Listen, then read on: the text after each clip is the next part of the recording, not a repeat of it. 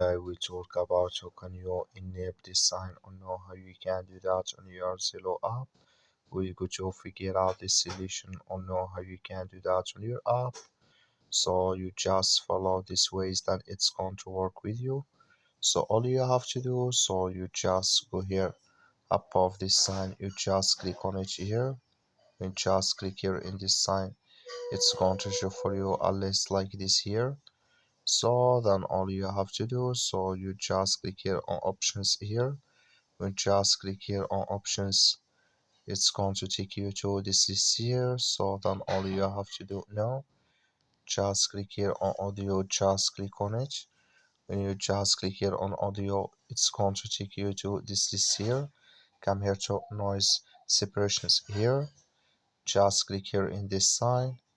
Then like you see this color show for us, that's mean noise separations here enable with us now.